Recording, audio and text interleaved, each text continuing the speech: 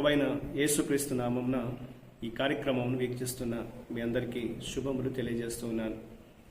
Vision cutie fellowship వారి యేసుతో ఏకాంత సమయం ఈ క్వైట్ టైం కార్యక్రమంకు మిమ్మల్ని ప్రేమతో ఆహ్వానిస్తున్నాను. దేవుని వాక్యాన్ని ప్రతిరోజు ధ్యానించినట్లుగా దేవుడు ఈ సమయాన్ని మనకు దయచేస్తున్నాడు. అందుని బట్టి ప్రభుకు వందనాలు తెలియజేస్తున్నాను. ప్రత్యేకంగా ఈ యొక్క ఆదివారం మనం దేవుని సన్నిధిలో సంఘముగా కూడి ఆరాధించే ఈ యొక్క శుభదినాన్ని ప్రభు మనకు దయచేసినందుకై ప్రభుకు వందనాలు తెలియజేస్తూ ఉన్నాను. 119వ కీర్తన మనం వరుసగా ధ్యానం చేస్తూ ఉన్నాం. ఈరోజు మన ధ్యానం నిమిత్తమై ఏర్పరచబడిన లేఖన భాగము 119వ కీర్తన 161వ వచనం నుండి 176వ వచనం వరకు. ముందుగా ఈ భాగంలో మనం 171 నుండి 174 వరకు చదువుకుందాం. నీవు నీ కట్టడలు నాకు బోధించుచున్నావు, నా పెదవులు నీ స్తోత్రమును ఉచ్చరించును. నీ ఆజ్ఞలన్నీ న్యాయములు, నీ వాక్యమును గూర్చి నా నాలుక పాడును. నేను నీ ఉపదేశమును కోరుకొని ఉన్నాను, నీ చెయ్యి నాకు సహాయమగునుగాక. యెహోవా, నీ రక్షణ కొరకు నేను మిగుల ఆశపడుచున్నాను, నీ ధర్మశాస్త్రము నాకు సంతోషకరము. ఈనాటి లేఖన భాగం ఆధారంగా మనం ఏర్పాటు చేసుకున్న అంశం ఏదనగా దేవుని వాక్యము స్తుతికి అర్హమైనది. God's word worthy of praise. నేటి వాక్య భాగం యొక్క సారాంశాన్ని మనం గమనించినట్లయితే, ఈ కీర్తనకారుడు తన జీవితంలో అనేకమైనటువంటి దాడులు ఎదుర్కొంటున్నప్పటికీ ఆయన దేనికి భయపడలేదు. అతని ఏకైక భయం ఏమనగా దేవుని వాక్యము తన నుండి వేరు చేయబడుతుందేమో అని భావించాడు. ఆయన వాక్యాన్ని కలిగి ఉన్నంత కాలము కీర్తనకర్త దోపుడు సొమ్ము గెలిచిన యోధుని వలె నమ్మకంగాను సమాధానంతో ఉన్నట్లు లేఖనం మనకు తెలియజేస్తుంది. ఆయన కష్టాల్లో కూడా దేవుని స్తుతించడము మానలేదు. అందుకు బదులుగా అతను దేవుని వాక్యాన్ని మరింత శ్రద్ధగా ఆయన ధ్యానిస్తూ విధేయత చూపాడు. మరియు దేవుడిచ్చేటువంటి విమోచన కోసం ఎంతో ఆశతో అతను ఎదురు చూసినట్లుగా ఈ లేఖనం మనకు తెలియజేస్తుంది. కీర్తనకర్త తనకు ఎదురవుతున్నటువంటి బాధలను తప్పించుకోవడానికి లోక పాపముతో అతను రాజీ పడలేదు, కానీ దేవుని వాక్యంపై మరింత దృష్టి పెట్టాడు.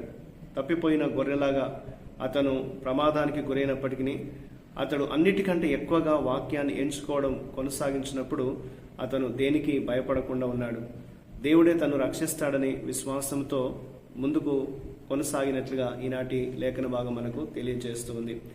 ఇందులో మనం నేర్చుకోదగినటువంటి పాఠాన్ని మనం గమనించినట్లయితే 171, 172 వచనాల ప్రకారంగా దేవుని వాక్యము స్తుతులకు అర్హమైనది. కీర్తనకర్త తనకు బోధించిన దానికోసము ప్రభువును స్తుతిస్తున్నాడు. ఆయన దేవుని వాక్యాన్ని ఎల్లప్పుడూ స్థిరమైనదిగా నీతిగా ఉంటుందని ఒప్పుకున్నాడు. దేవుణ్ణి మరియు ఆయన వాక్యాన్ని స్తుతించకుండా ఉండటము అసాధ్యం అనేది ఇది ఇక్కడ భాగం మనకు తెలియజేస్తుంది. దేవుని వాక్యం ఎంతో ఉన్నతమైంది, ఎంతో శ్రేష్టమైంది కాబట్టి అనుదినము దాన్ని ధ్యానిస్తూ మనం ఇతరులకు దాన్ని అందజేసే విధంగా ఉండాలి. అలాగే దేవుని వాక్యాన్ని బట్టి మనం దేవుని స్తుతించాలి, వాక్యాన్ని మనం స్తుతించాలి అనేది దేవుడు మనకు ఈ లేఖనంలో గుర్తు చేస్తూ ఉంటున్నాడు. ఎందుకంటే వాక్యంలో నీతియుక్తమైనటువంటి దేవుని ఆ చిత్తము మరియు ఎడతెగని ప్రేమ మనకు కనిపిస్తూ ఉంటాయి. దేవుని ప్రేమ ఎంత గొప్పదో, ఆయన మనల్ని ఎలా ప్రేమిస్తున్నాడో దేవుని వాక్యాన్ని మనం ధ్యానిస్తున్న కొలది మనకు తెలుసుకోగలుగుతాం. ఆయన వాక్యాన్ని మనం ప్రేమించినప్పుడు మనం ఎప్పుడు కూడా తొట్టిల్లకుండా ఉండగలుగుతాం అనేది వాక్యం మనకు తెలియజేస్తుంది. మనం 173 నుండి 176 వచనాలు గమనించినట్లయితే కీర్తనకర్త తన జీవితంలో వాక్యమే సర్వస్వమని ఎంచుకున్నాడు, వాక్యాన్ని ప్రేమించాడు మరియు దాని గురించి ఎంతగానో ఆలోచించినట్లుగా మనకు ఈ లేఖనం తెలియజేస్తుంది. కాబట్టి అతను తను రక్షించమని దేవుణ్ణి ఎంతో నమ్మకంగా ప్రాధేయపడినట్లుగా వేడుకున్నట్లుగా మనం చూస్తాం. అయితే మనం అనుదిన జీవితంలో వాక్య ప్రకారం మనం జీవిస్తున్నప్పుడు మనకు ఆ పరిస్థితిలో కూడా కష్టాలు అనివార్యమని మనం గుర్తుంచుకోవాలి. దేవుని వాక్యాన్ని మనం అనుసరిస్తున్నప్పుడు కొన్నిసార్లు మనకు ఇబ్బందులు ఎదురైనప్పటికీ మనం ఏమాత్రం కూడా లోకంతో రాజీ పడకుండా వాక్యాన్ని స్థిరంగా చేపట్టాలి అనేది దేవుడు మనకి లేఖనంలో తెలియజేస్తున్నాడు. భయంకరమైన వాస్తవికత ఎప్పుడు తేలికగా మారకపోయినప్పటికీ మన శరీరాలు, మన మనసులు అలసిపోయేటువంటి పరిస్థితులు అప్పుడప్పుడు వచ్చినప్పటికీ కూడా మన వాక్యాన్ని విడిచిపెట్టకూడదు అనేది లేఖనం మనకు తెలియజేస్తుంది. ఇటువంటి పరిస్థితిలో మనం దేవుని వాక్యాన్ని పట్టుకున్నప్పుడు మనకు సహాయం చేసే ప్రభు హస్తాన్ని మనం ఎదుర్కొనే క్షణాలు మనకు అవి అందిస్తాయి అనేది లేఖనం మనకు తెలియజేస్తుంది. కాబట్టి మనము మన జీవితంలో మనల్ని ఇటు అటు తిరగకుండా మనల్ని పిలుస్తున్నటువంటి ప్రభు వైపు మనం వస్తూ మనం ఆయన స్వరాన్ని విని ఆయనకు లోబడి జీవించాలనేది దేవుడు మనకు జ్ఞాపకం చేస్తున్నాడు.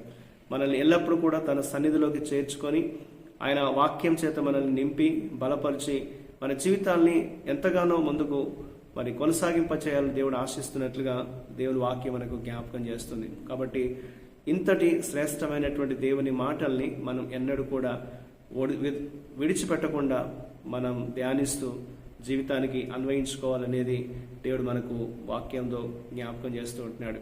కాబట్టి ప్రతిరోజు దేవుని వాక్యాన్ని ప్రేమిద్దాం, దేవుని వాక్యానికి మనం ఎంతగానో స్తుతులు చెల్లిద్దాం.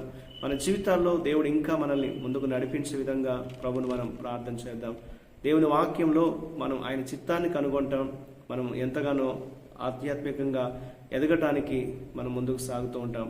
దేవుని ప్రేమ ఎంతో విశిష్టమైందని మనం తెలుసుకుంటూ ఆ ప్రేమలో మనం స్థిరంగా నిలిచే కృప వాక్యం ద్వారా మనకు దొరుకుతుంది అనేది దేవుడు మనకు జ్ఞాపకం చేస్తున్నాడు. ఆ రీతిగా మన జీవితాల్ని దేవుడు దినదినము బలపరచున్నట్లుగా దేవునికి మనం ప్రార్థన చేద్దాం. మా ప్రియ పరలోకపు తండ్రి, నీకు వందనాలు చెల్లిస్తున్నాం. కష్ట సమయాల్లో కూడా మేము నమ్మకంగా ఉండేందుకు మాకు సహాయం చేయండి. మీ వాక్యాన్ని ఎంచుకొని నీ వాక్యాన్ని అనుసరించడానికి ప్రభా, మమ్మల్ని విడిపించడానికి మీ చేతిలో మేము జ్ఞానమని ప్రభా విశ్వాసం ఉంచడానికి మాకు సహాయం చేయమని, మీ చిత్తాన్ని బట్టి మమ్మల్ని నడిపించమని మీకు అప్పగించుకుంటూ యేసుక్రీస్తు పరిశుద్ధ నామంలో ప్రార్థిస్తున్నాను తండ్రి, ఆమేన్. ప్రియులారా, మీరు సమయం తీసుకొని ఈ యొక్క వాక్య ధ్యానాన్ని విన్నందుకు మీకు ప్రత్యేక వందనాలు. ప్రతిరోజు మీకు అందించబడుతున్న ఈ అనుదిన ధ్యానాలు మీకు దీవెనకరంగా ఉన్నట్లయితే మీ యొక్క అనుభవాల్ని మాతో పంచుకోవాలని కోరుతూ ఉంటున్నాను. ప్రభు కృప మనందరికీ ఎల్లప్పుడూ తోడయుండి కాపాడునుగాక. ఆమేన్.